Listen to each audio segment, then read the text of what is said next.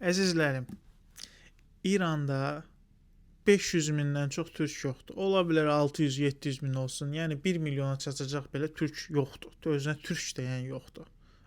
Və bu hamısı bu Azərbaycan, Türkiyədə ajotaj yaradılıb. Bunları like eləyənlər, buna dəstək verənlər hamısı Azərbaycanda və Türkiyədə və yaxud da Azərbaycan və Türkiyədən çıxıb Avropa və dünya başqa yerində yaşayan insanlardır. Ortada İranın içində olsun, bu ideyaları dəstəkləsin, ola bilər 2-3 nəfər olsun, olmasın. Yəni belə bir şey, məsələ yoxdur. Baxın, Talışların misal çəkim sizə. Talışların həm İranda, həm də Azərbaycanda yaşayan bir kütləsi var. Bir ailə dairəsi var. Və mən özümüzdən misal çəkə bilərəm. Azərbaycanda mən fəaliyyət göstərirəm, nələrsə danışırıq, eləyirik. Güclü bir kütləmiz yoxdur, çünki maliyyə dayaqlarımız yoxdur ki, biz böyük bir kütləyə çıxa bilək. Amma bizi bəyənənlər, bizə şərh yazanlar, hətta bizi tənqid edənlər belə Azərbaycandadır. Və yaxud da Azərbaycandan çıxıb Rusiyaya, Avropaya və dünyanın başqa yerlərinə miqrasiya etmiş insanlardır.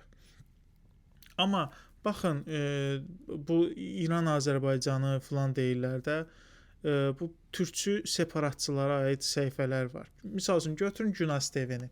Baxın onların like-larını açın, baxın Facebookda. Şərh yazanlara baxın. Orada bir dənə İranlı tapanda adam deyir ki, nəysə tapdım, yəni burada nəysə tapıldı. Yəni gərək belə əlinə binokl götürüb axtarasan bir ki, bunu İranda yaşayan kim bəyənir. Və o bəyəndiyi adam da, yəni İran adı ilə, əlifbası ilə yazıb görürsən ki, yəni hiss olunur ki, bu İranda yaşayır. Onun da bəyəndiyi profilinə baxırsan ki, saxta profil oxşuyur. Yəni bu da sanki say doldurmaq üçün yaradılmış bir şeydir, heç ortada bir şey yoxdur. Yəni İranda bu qədər 45 milyon bəzən deyirlər də, yəni 45 milyon bilsiz nə deməkdir? Azərbaycanda 10 milyon əhali var.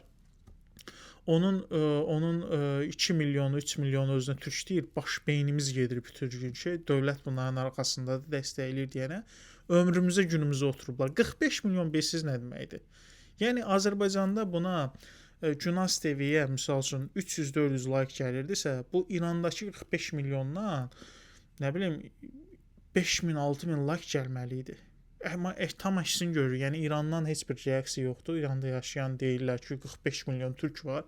Bu türklərdən heç bir reaksiya yoxdur. Bu xəyali türklərdən. Amma Azərbaycan içindən 300-400 like gəlir. Bəzən Minəzada da qalxırlar və ya da Türkiyədən gələn like-larla Minəzada da qalxırlar. Yəni bu necə ola bilər? Bu mümkün deyil. İkinci məsələ, baxın, İranın içində Azərbaycanlı deyə bir şey var. Bəli, var. Azəri deyə bir şey var. Amma bu o demək deyil ki, bunlar türkdür. Qədim Azəri dili Kürd dilinin, Zaza dilinin, Talış dilinin başlanğıcıdır. Bu İranilər, yəni Azərilər əslində İranidir. Yəni bunların türklərlə aidiyyəti yoxdur, heç bir aidiyyəti yoxdur. Və bugünkü dil də sırf fars dilinin törəməsidir. Yəni fars dilindən yaranıb bu günə vəziyyətə düşüb. Mən bunu dəfələrlə sübut eləmişəm. Azərbaycan dilində əsas mənbə fars dilidir, ikinci ərəb dilidir. Qrammatik mənbədə, yəni şimali İran dillərinə, yəni Talış, Mazandaran, Gilək, Kürd dillərinə aid qrammatik quruluş var. Yəni burada bu Azərbaycan dili, türk dilidir filandır, bu Sovet propagandası, türk dili deyə bir şey qalmayıb. Türklər başqalarına aid dilləri götürüb mənimsəyiblər. Başqalarına aid sözləri götürüb mənimsəyirlər. Yəni çadırda yaşayan adam dil qura bilməz qardaş, elm qura bilməz, nəsə qura bilməz. Bunlar hamısı boş söhbətlərdir. Bunların mahnıları da, bunların xalça və geyimləri, filanları hamısı ya Qafqazlılara, ya İranlılara, ya da Anadolu xalqlarına, yəni Yunan mənşəli xalqlara aid bir şeydir.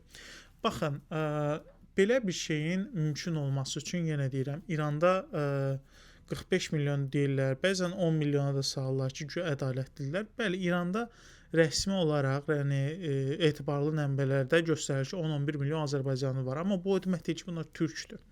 Çünki İrandakı bəzi azərbaycanlılar özünü ümumiyyətlə İranlı sayır. Yəni deyir ki, mən İranlıyam, mənim bunlarla aidiyyətim yoxdur və bu böyük bir çoxluqdur. Yəni bunlar deyir ki, biz İranlıyıq, biz türk deyilik. Bəziləri deyir ki, biz türk dilini götürmüşük, yəni Azərbaycan türk dili kimi qəbul edirlər. Bəziləri isə deyir ki, ümumiyyətlə, yəni bu dil ümumiyyətlə türk dili də deyil. Biz Azərbaycan dili İrani dildir. Böyük bir kütlə var belə. Yəni 11 milyon Azərbaycan dilində danışırsa, onun böyük bir kütləsi, yəni təxmini atıram rəqəmləri, bu dəqiq rəqəmlər deyil, 6-7 milyonu deyir ki, bizim türklərlə aidiyyatımız yoxdur. Yerdə qalan xalqlar da kimlərdir? Dalışlar mən dəfələrlə görmüşəm, orada Azərbaycan dilində danışır. Giləkçilərdən var, kürdlərdən var. Bu ərazi bizi göstərilir, belə böyük bir dənə ərazi ki, burada hamı türkdür. Birdən ona hamı türk yaşayır orada. Belə bir söhbət yoxdur.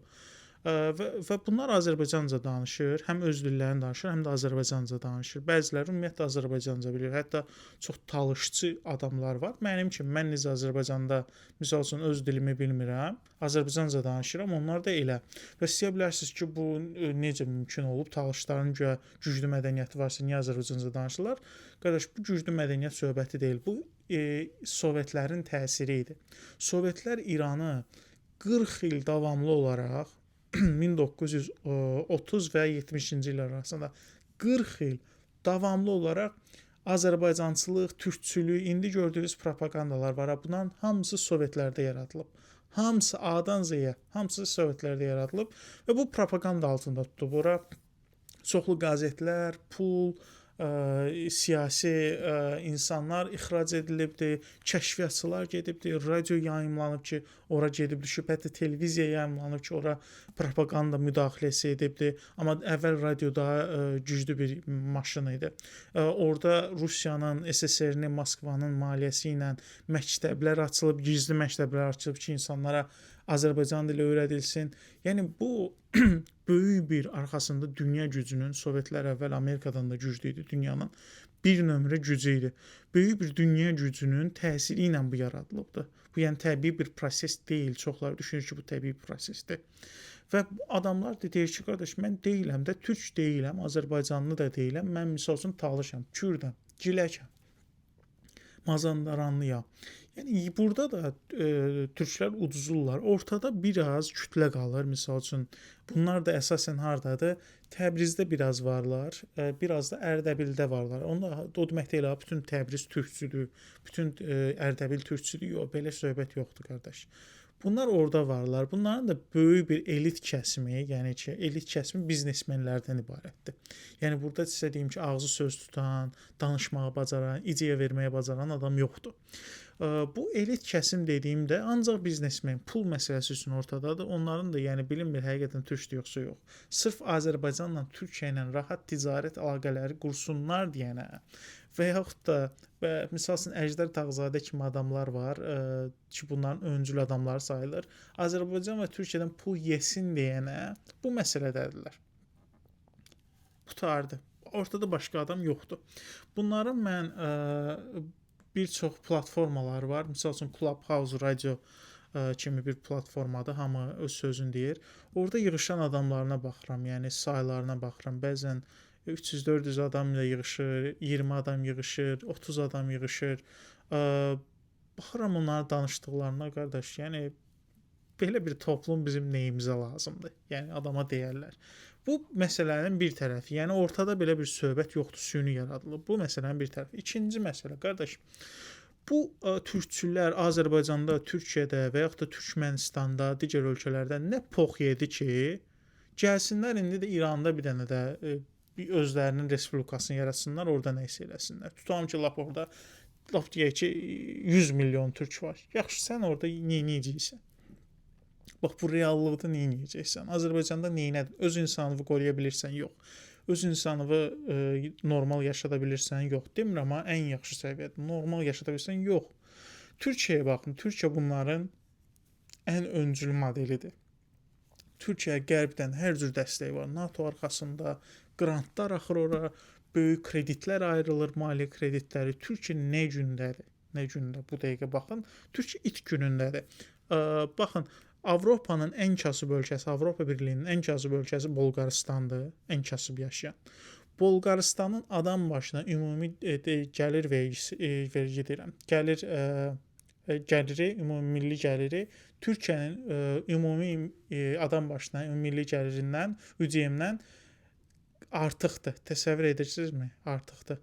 Yəni Avropanın ən cazib ölkəsi Türkiyənin ən varlı adamı səviyyəsində yaşayacaq səviyyədədir. Bu dərəcədə bir bağ var, itki var arada. Və Azərbaycan, Türkmənistan falan elə getmirəm. Oralar vəhşi dəhşətlidir. Bizim tərəf vəhşi dəhşətlidir. İnsanlar bəzən yeməyə bir şey tapmır. Yəni bu vəziyyətdəyik biz. İranın indiki vəziyyəti ki, hansı ki İranlılar deyir, biz xoşlamırıq bunu. Bizim insanlar ora gedəndə axuyeç eləyir ki, ala bu nədir? Hardan gəlib düşdük bura? Nə gözəl, nə ucuzluq, nə qəşəng. Yeməklər əla, hara gedirsən əla. Yəni bu dərəcədə biz aşağı səviyyədəyik, geri səviyyədəyik və bizim bu ağılla nəsə orada etmək istəməyimiz ancaq bir yolla mümkündür ki, ora silahlı müdaxilə olsun, sonra Azərbaycan və Türkiyəyə də oradan müdaxilə gələcək. Yəni bizə böyük bir problemlər yaşadacaq. Yəni orada dövlət belə mən gözləmirəm qurulsun. Qurulsa belə iqruşka bir dövlət olacaq. Yəni oranın əhalisinə zülm edən bir dövlət olacaq. Diktatura bir dövlət olacaq. Orada heç bir azadlıq falan olmayacaq. Siz Azərbaycanda, Türkiyədə nə azadlıq tapdınız ki, orada da onu tapasınız.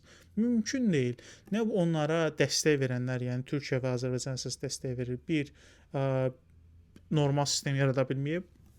Nə də bu adamlar içəridə, İranın içərisində normal bir sistem yarada bilməyib. Normal bir narrativləri yoxdur. Baxın, bunların arasında bir nəfər var, bir neçə nəfər var, fəallar. Tez-tez Azərbaycan televiziyalarına çağırılır. Biri adı Ramin Cabbarlı idi, səhv etmirəmsə. Yaxşı adamdır, mən yəni insan kimi demirəm, pis adamdır falan, mən nəsə pislik falan görməmişəm.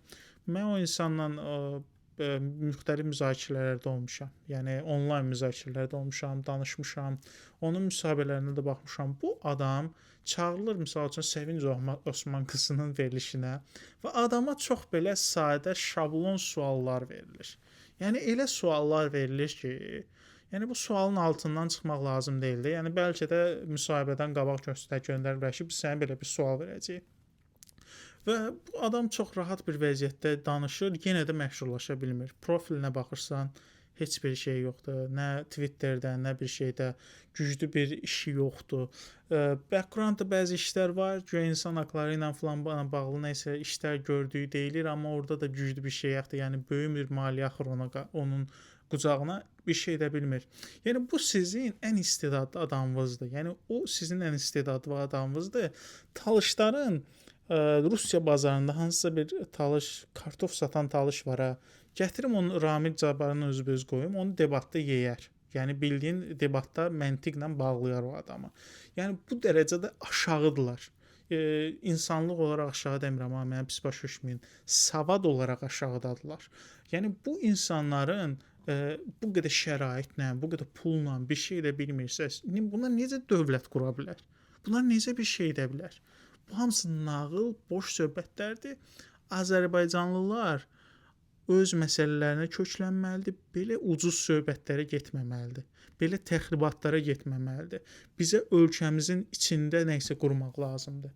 Gedib xarici, nə bilim, hardasa bir dənə də dövlət yaradıb oranı xaraba qoyaq söhbəti bizə lazım deyil. Bizə lazım deyil. Özünüzdən müğayət olun.